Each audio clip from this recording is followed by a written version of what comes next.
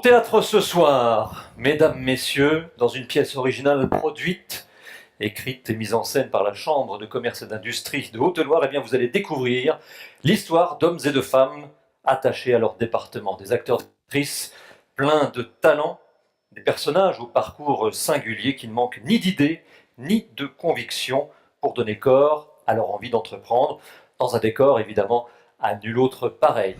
C'est avec grand plaisir donc que je vous retrouve ce soir pour la très traditionnelle soirée de remise des trophées de la Chambre de commerce et d'industrie de Haute-Loire. C'est le lancement de l'année économique. Mais avant de vous en dire un peu plus sur le programme qui vous attend, eh bien, je vais vous demander d'accueillir Monsieur Yves Devez, adjoint en charge du commerce, qui représente Monsieur Laurent Wauquiez.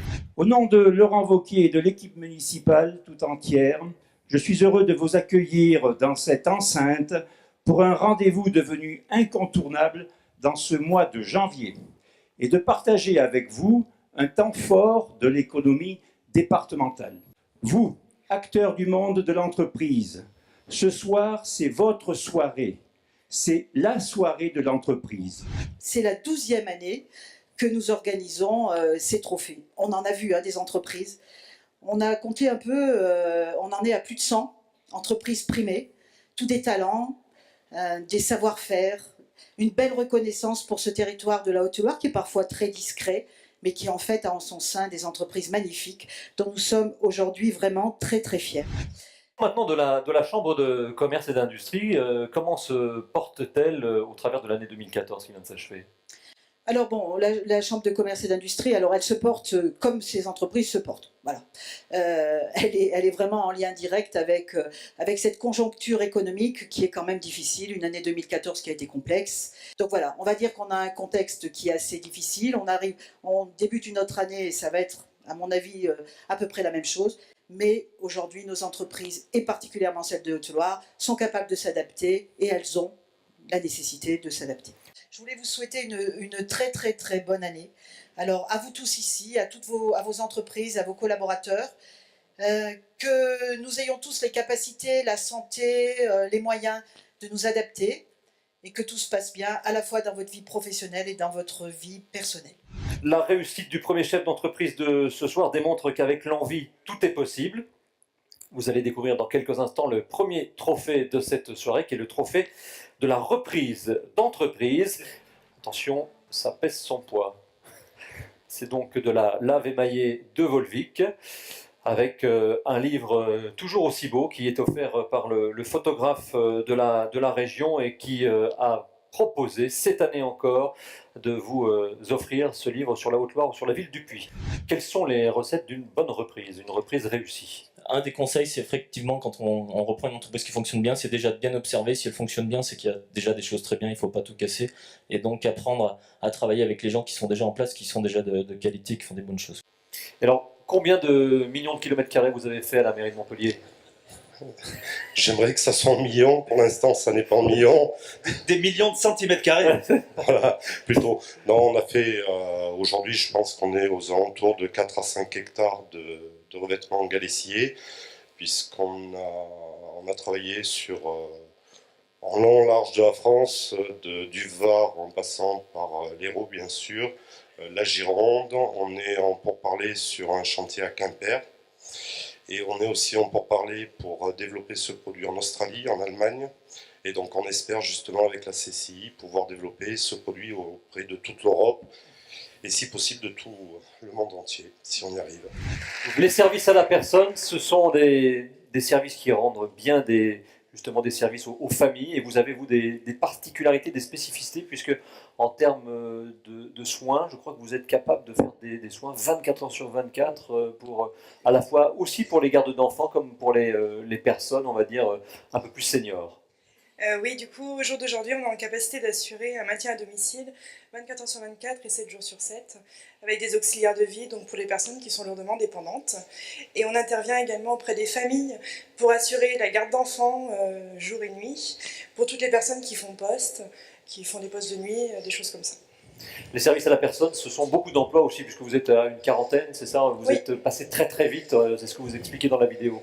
C'est compliqué ça aussi de suivre ce rythme d'augmentation du nombre de salariés ? Alors c'est compliqué d'un point de vue en premier législatif, parce que du coup il y a beaucoup de choses qui évoluent également en fonction du nombre de salariés. Et puis après on s'est retrouvé également dans des difficultés peut-être plus trésorières voilà, par rapport au nombre de salariés.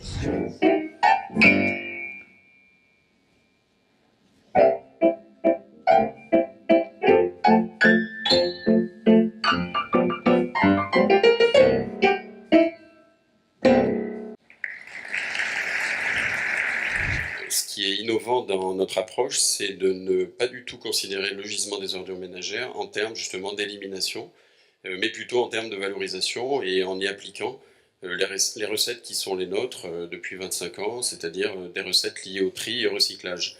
Et la consultation, dans la forme qu'ont voulu lui donner les élus, a été un dialogue compétitif, c'est-à-dire qu'en fait la collectivité n'a pas raisonné son besoin en termes de solutions, mais a laissé ouvert en fait le champ des possibles et a permis qu'une solution innovante et à mon avis à laquelle il ne s'attendait pas forcément émerge.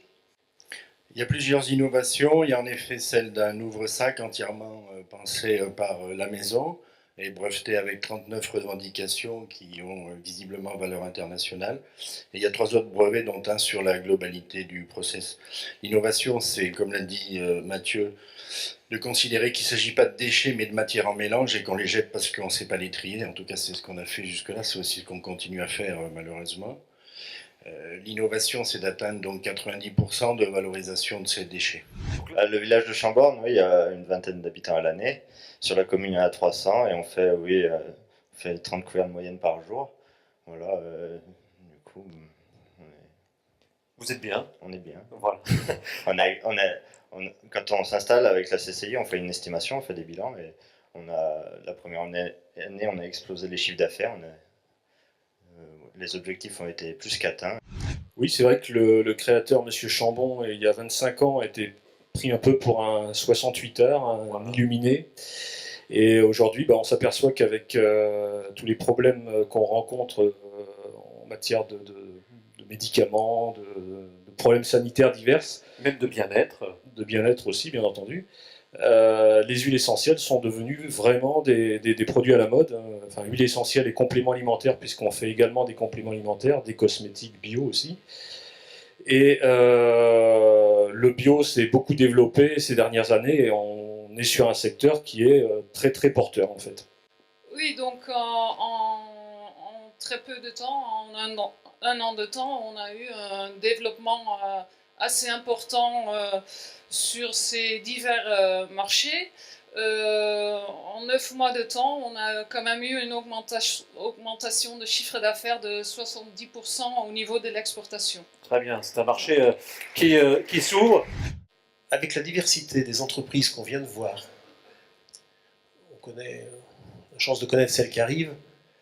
Regardez bien ces entreprises, parce que finalement, tout ce qu'on peut raconter, on l'a en extrait, pour reprendre le cas précédent, on l'a en extrait, on a là un extrait de ce qui marche.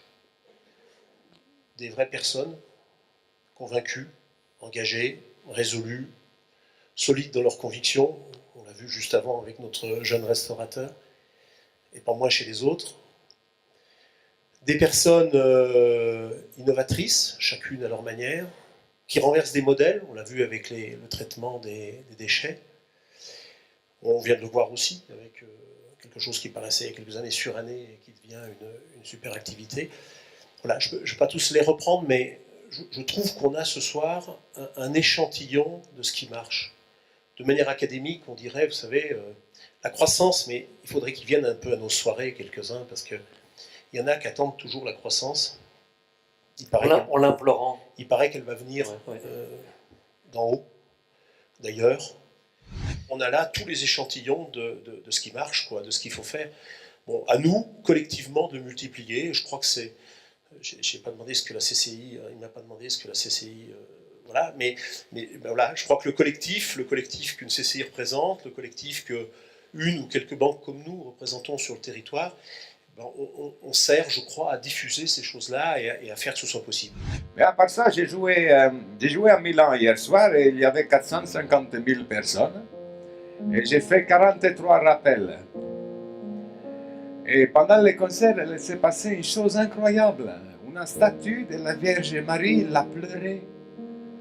Les larmes sont sorties de la pierre. Hein? Incroyable, non? Et toi?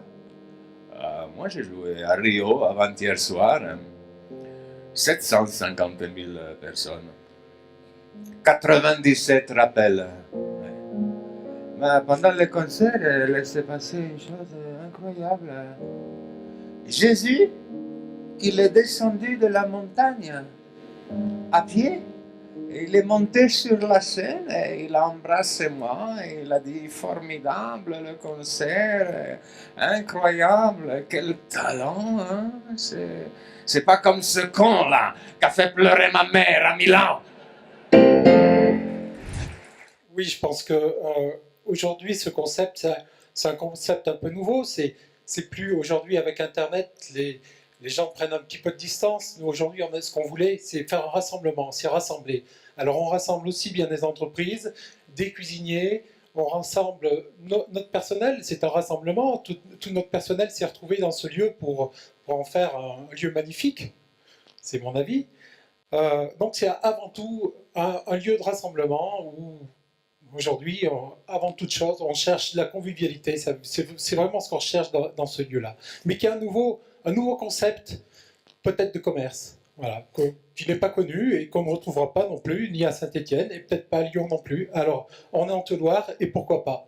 Et pourquoi pas? Yannick Debar, un mot, vous êtes un homme de chiffres, est-ce que ça porte ses fruits, ce concept, puisque vous avez dit qu'au bout de 35 ans, vos parents souffraient, malgré leur présence depuis longtemps, d'un certain manque de notoriété, est-ce que là, ça paie? Mais c'est vrai que tous ces efforts commence à payer. C'est vrai que la fréquentation, le magasin est tout neuf, hein, il était ouvert au mois de mars 2014, donc il y a très peu de temps, et on constate une fréquentation plus élevée. On nous demande de plus en plus de projets globaux d'aménagement.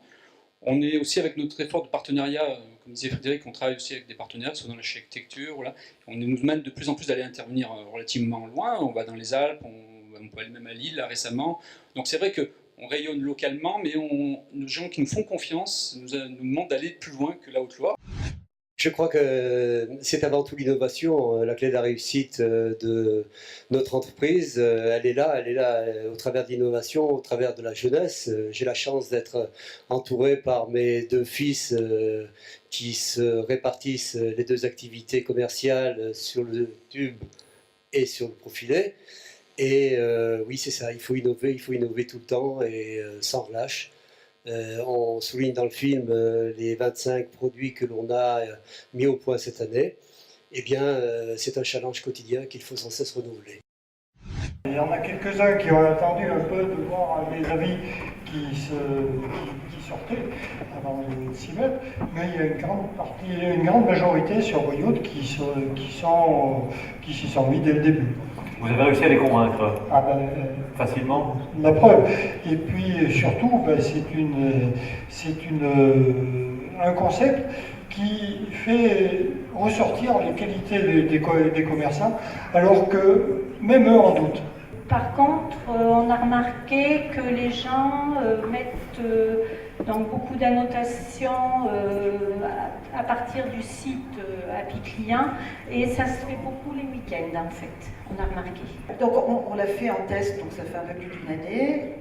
Maintenant on sait un peu comment ça fonctionne, on a des commerçants qui vont pouvoir témoigner et on le propose maintenant à d'autres communes en fonction des besoins et des stratégies qu'ils auront par rapport aux commerçants. On va le développer. Nos lampes, elles partent un peu partout dans le monde, à Tokyo, aux États-Unis, en Suisse, en Italie. On a équipé des 5 étoiles, on a équipé des relais châteaux. On aime les belles choses aussi, puisqu'on pense que c'est dans la période qu'on vit, la beauté c'est quelque chose qui peut motiver et nous faire aller plus loin. Très belle histoire, oui. Ouais. C'est une belle histoire d'être ici ce soir aussi. Vous n'auriez jamais dû nous vendre la Louisiane. This little time blue, I'm melting away. I'm gonna make a brand new start of it in all New York. If I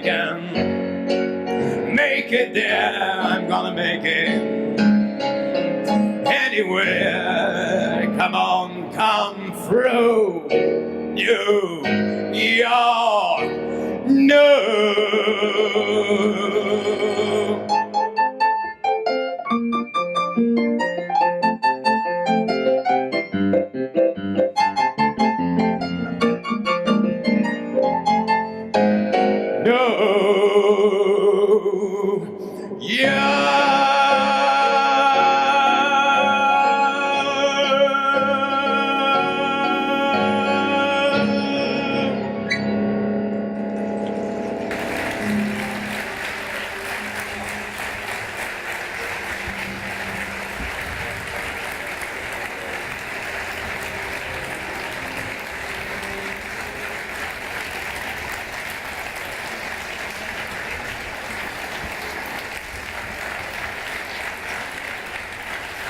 Merci, bravo.